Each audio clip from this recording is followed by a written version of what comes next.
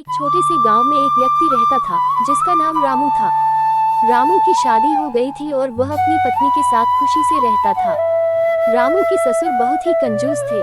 वह अपने पैसे को बहुत ही सावधानी से खर्च करते थे और कभी भी अपने पैसे को बर्बाद नहीं करते थे।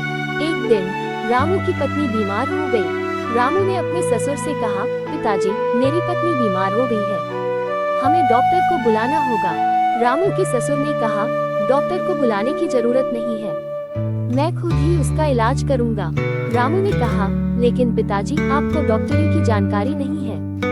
ससुर ने कहा, मुझे पता है कि मैं क्या कर रहा हूँ, मैं उसे एक दवा दूंगा जो मैंने खुद बनाई है। रामू की पत्नी को ससुर की दवा दी गई, लेकिन वह और भी बीमार हो गई।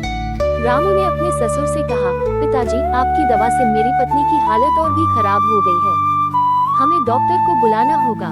ससुर ने कहा, नहीं नहीं, मैं फिर से एक दवा बनाऊंगा और वह ठीक हो जाएगी। रामू की पत्नी को फिर से ससुर की दवा दी गई, लेकिन वह और भी बीमार हो गई। रामू ने अपने ससुर से कहा, पिताजी, अब मैं आपकी बात नहीं मानूंगा, मैं डॉक्टर को बुलाऊंगा और वह मेरी पत्नी का इलाज करेगा।